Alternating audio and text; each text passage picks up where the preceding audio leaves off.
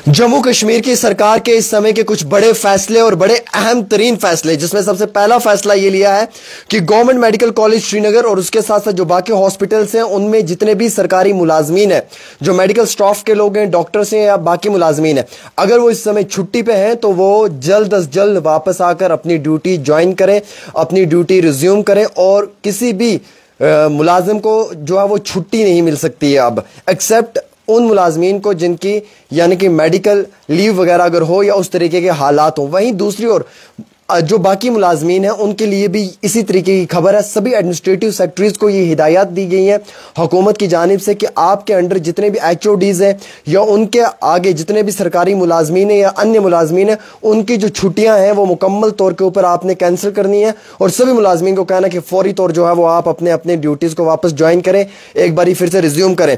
वहीं दूसरी ओर एक बड़ी दुखी खबर निकल कर आ रही है एक बस का या एक गाड़ी का। अभी ये पूरा मुकम्मल हमारे पास तफसीलात नहीं कि ये बड़ी गाड़ी थी या छोटी गाड़ी थी। वो हादसे का शिकार हुई है रामबन में, जहां पे 3 जो पुलिस एहलकार हैं वो जख्मी हुए हैं। वहीं दूसरी ओर हमारे पास एक सबसे बड़ी और इंपॉर्टेंट अपडेट आ रही है जो आप तक पहुंचाना इंतहाई बहुत जरूरी है। आपको मालूम है दोस्तों कि इस समय जैसलमेर राजस्थान के अंदर हाई अलर्ट किया हुआ है और वहां पे प्रॉपर तरीके से जो है वो ब्लैकआउट भी अलग अलग मुकामात पे देखने को मिल रहा है। बठिंडा के अंदर भी, पंजाब में ऐसे ही सूरत हाल देखने को मिल रही है। ताहम ज़राए से दी हुई जानकारी के मुताबिक पाकिस्तान की जानिब से एक बारी फिर से 300 से लेकर 400 ड्रोन्स का इस्तेमाल किया गया था 36 लोकेशंस पे, ले से लेकर अलग अलग मुकामात के ऊपर जो है वो मिलिट्री इंस्टॉलेशंस को अपना निशाना बनाने के लिए। आपको मालूम है कि जो गुज़िश्ता रात रही है वो काफ़ी ज़्यादा खौफनाक रात रही है, जिसमें कि जम्मू के साथ साथ बाकी और भी यूनियन टेरिटरीज और स्टेट्स में जो है वो आपने माहौल काफ़ी ख़राब देखा। उसी दौरान ये तफसीलात निकल कर आई हैं कि 300 से लेकर 400 ड्रोन्स का इस्तेमाल पाकिस्तान ने किया है, जिसमें कि 36 लोकेशंस को उन्होंने टारगेट करने की कोशिश की है। हालांकि एक एरियल व्हीकल को भी जो है वो भेजा है और उसे कहा कि आपने टारगेट करना है बठिंडा मिलिट्री स्टेशन। हमें अपने एयर डिफेंस पे, अपने एयर डिफेंस सिस्टम पे बहुत यकीन है, एतमाद है, भरोसा है, इसीलिए मुकम्मल तौर पे जो है वो दुश्मन मुल्क को मुंह तोड़ जवाब भी दिया जाता है।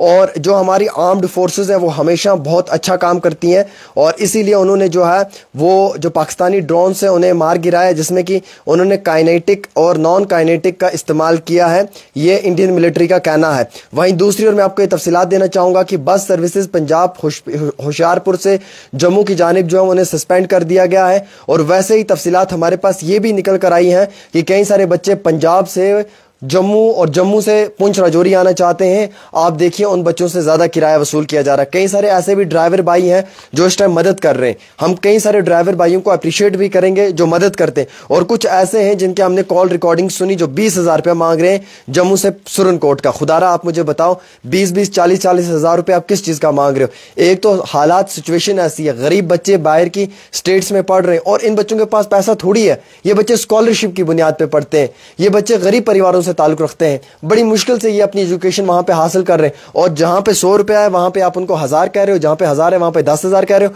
टेम्पो वाला कह रहा है कि जनाब मैं जम्मू से सुरनकोट का 20,000 रुपये लूंगा। कम से कम भैया शर्म करो, शर्म करो, शर्म करो। ये ऐसे हालात नहीं है। ऊपर वाले को क्या जवाब दोगे कि एक तरफ जंग के हालात थे, एक तरफ गरीब लोग अपने घरों की जानिब रवाना थे और मैं उन लोगों को लूटने की कोशिश कर रहा था, 20-20 हज़ार रुपये डिमांड कर रहा था। और ऐसे हालात में आप लोग शर्म करो। क्या कमा लोगे? 20,000 रुपए से क्या कर लोगे? कितना एक घर बना लोगे? कितनी विरासत जायदाद बना लोगे? अपने माल मवेशी कितने एक ले आओगे आप? कौन सी आप बिल्डिंग्स ले लोगे? कौन सी आप डिफेंडर ले लोगे? कौन सी आप BMW या रेंज रोवर ले लोगे 20,000 रुपए से? एक गरीब का फायदा मत उठाओ। अल्लाह ताला के सामने आपको कल को जवाब देना है। इस वक्त बच्चे पंजाब से आ रहे हैं, चंडीगढ़ से आ रहे हैं, अमृतसर से आ रहे हैं, वो डरे हुए आ रहे हैं। मुझे हजारों फोन कॉल्स आ रही है पेरेंट्स की, सर जम्मू में कैसी सिचुएशन है, जम्मू के क्या हालात है, सर थोड़ा जम्मू के रिलेटेड बताएं। हमारे बच्चे आ रहे हैं, अमृतसर से हमारे बच्चे आ रहे हैं। और यहाँ पे क्या है, जम्मू के अंदर कई सारे लोग ऐसे जो 500 की जगह 5,000 रुपया मांग रहे हैं। मैं अप्रिशिएट करना चाहूंगा जावेद इकबाल चौधरी को जो MLA बुद्धल है। उन्होंने 2 बसेस लगाई बस स्टैंड के अंदर और वहां से फौरी तौर पे बच्चों को बिठाया, लोकल्स को बिठाया और राजौरी की जानिब रवाना किया। MLA हो तो जावेद इकबाल चौधरी जैसा हो। इसलिए मैं नहीं कह रहा हूं कि वो मेरे दोस्त हैं, इसलिए नहीं कह रहा हूं कि वो मेरे बड़े भाई हैं, इसीलिए मैं उनकी तारीफ कर रहा हूं या मेरी जाती उनके साथ बहुत अच्छे रिलेशन है ना। उन्होंने अच्छा काम किया है, हमें अप्रिशिएट करना। उनकी जगह अगर कोई भी अच्छा काम करता हम उसे अप्रिशिएट करते। उनकी जगह कोई भी अगर ऐसा लीडर होता जो इस समय में आके बस स्टैंड में खड़ा होता तो हम उसके आगे भी सर झुकाकर जो है वो उसे सलाम पेश करते। देखिए जो हकीकत है वो हकीकत है, हकीकत को हम कभी भी जो है वो इग्नोर नहीं कर सकते। खुदा गवाह है, आप यकीन माने, खुदा गवाह है, आप यकीन माने, कई सारे इलाकों के अंदर अभी भी खौफ का माहौल है। आप देखिए कुपवाड़ा के अंदर जो वो शेलिंग हुई है वहां पे भी काफी ज्यादा लोग डरे हुए हैं। चौकी बल के अंदर से रिहायशी मुकामात के ऊपर से लोगों को निकाला जा रहा है। उड़ी के अंदर सिचुएशन एक बार फिर से टेनिस हो गया, उड़ी में भी कुछ जो वो शेलिंग की आवाज सुनाई दी है। पुंछ के लोग, पुंछ के आम सिविलियंस का काफी नुकसान हुआ है। देखिए पाकिस्तान ने बड़ी घटिया और कानूनी हरकत की, पुंछ के सिविलियंस को अपना निशाना बनाया, मासूम से बच्चों को अपना निशाना बनाया। जोया और अरीबा को हम कभी नहीं भूलेंगे, हम कारी साहब की शहादत को कभी नहीं भूलेंगे। राजौरी के टाउन के अंदर जो है वो हालात कशीदा हुए, पुंछ के टाउन के अंदर हालात कशीदा हुए। आप देखिए किस तरीके से वहां के आम शहरी तकलीफ के अंदर है, वहां के आम शहरी मुश्किलात के अंदर है। हम क्या ही कह सकते हैं, हम सिर्फ इतना कह सकते हैं कि जो हो रहा है इस समय इस सिचुएशन के अंदर हमें सब लोगों को मिलकर एक साथ जो है वो एक दूसरे का साथ देना है। इस वक्त भूल जाओ, इस वक्त BJP, national conference, PDP, Congress भूल जाओ। इस वक्त ये याद रखो कि हम सब एक हैं, चाहे हिंदू है, मुस्लिम है, सिख, ईसाई, हम सब लोगों ने एक दूसरे का साथ देना है। धर्मों में मत बंटो, पॉलिटिकल पार्टियों में मत बंटो, एजेंडा लेके मत बंटो। इसलिए मत आओ सोशल मीडिया पे कि हमें फैम चाहिए, हमें पब्लिसिटी करनी है, हमें लोगों के बीच में अपने आप को हीरो साबित करना है। आप चुप करके काम करो, देखो अल्लाह आपको खुद हीरो बनाएगा सबके सामने।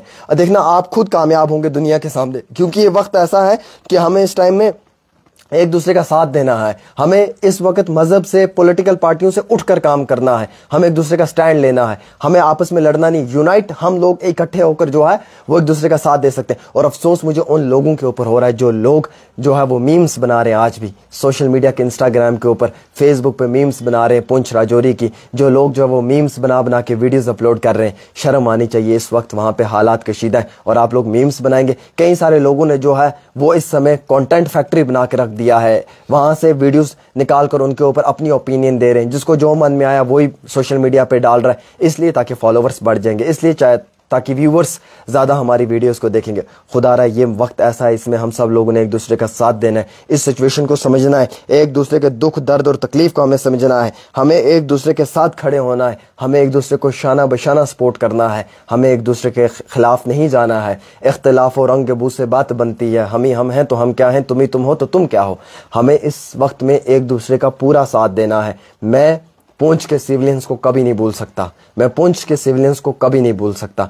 मेरे दिल में पुंछ के सिविलियंस का दर्द बिल्कुल जिंदा है और वो हमेशा रहेगा। मैं उस मासूम सी बच्ची को कभी नहीं भूलूंगा। आप देखिए पुंछ के हालात क्या हैं, शेलिंग की वजह से पूरे पुंछ के अंदर लोकल्स का नुकसान हुआ है, गाड़ियों का नुकसान हुआ है, लेकिन उस तरफ जो है वो किसी की नजर ही नहीं जा रही है, उस मुद्दे को कोई हाईलाइट ही नहीं कर रहा है।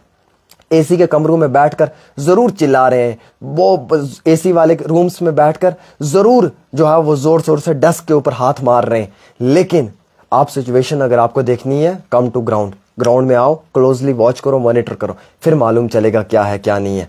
मैं तो ये चाहता हूं कि अमन हो, अमन की फिजा आए, खुशहाली आए, तकलीफ गायब हो और एक बारी फिर से हम लोग जो हैं वो एक नई फिजा में, एक नई हवा में, एक नए तरीके से अपनी सुबह की शुरुआत करें।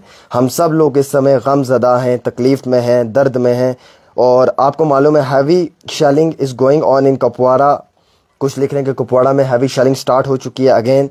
और कई सारे लोग जो हैं वो काफ़ी ज़्यादा लिख रहे हैं कि जो कुपवाड़ा है उसमें हैवी शेलिंग हो रही है। वहीं कुछ लोग जो है वो उड़ी के लिए भी लिख रहे हैं, पैनिक सिचुएशन है। हम सब लोगों को इस समय में जो है वो एक दूसरे का साथ देना चाहिए। और नौजवानों, मेरे भाइयों, मेरे अजीज़ भाइयों, मेरी बात सुनो, ब्लड डोनेट करो, जितना हो सकता है ब्लड डोनेट करो।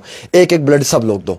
अल्लाह की कसम खुदा तुम्हें इतना ब्लड देगा ना कि तुम क्या याद रखोगे, तुम्हारी सेहत डबल नहीं ट्रिपल अच्छी हो जाएगी। ब्लड डोनेट करो। हर नौजवान एक वॉलंटियर ब्लड डोनेशन कैंप लगाओ, हर जगह ब्लड डोनेट करने की कोशिश करो। 10 नौजवान है, 10 पॉइंट खून के मिल गए, हर इलाके से 10-10 पॉइंट खून के दो। ब्लड डोनेट करो, ब्लड दो। इस वक्त ब्लड की बहुत जरूरत है हम लोगों को। ब्लड डोनेशन जितना हो सकता है उतना ज्यादा करो। अगर कोई भी बॉर्डर से आता है डरा हुआ, सहमा हुआ, उसे घर में बिठाओ, उसे अपने घर में रिहाइश दो, उसको खाना पीना दो। हालात ठीक हो जाएंगे, वो खुद वापस लौट कर चला जाएगा। वो मुसीबत मुसीबत का मारा आया हुआ है, वो तकलीफ का मारा हुआ आया हुआ है, वो खुशी से आपके घर नहीं आ रहा है, वो मुसीबत और तकलीफ की वजह से आ रहा है, वो अपने घर को ऐसे छोड़कर नहीं आना चाहता है, लेकिन वो क्या करे, वो मुश्किलात का मारा हुआ आ रहा है। अगर वो कहीं पे नजर आ रहा है आपको, कोई ऐसा मुसाफिर आम शहरी, उसे घर में लाओ, उसको खाना खिलाओ, उसको हौसला दो, उसको डराओ मत, और मुकम्मल तौर पर उसका साथ दो। और मेरी गुजारिश है सोशल मीडिया के सभी इन्फ्लुएंसर से, भैया बहुत हो गया तुम्हारा नाटक, बहुत होगी तुम्हारी पब्लिसिटी, बहुत हो गया, जो तुमने करना था कर लिया,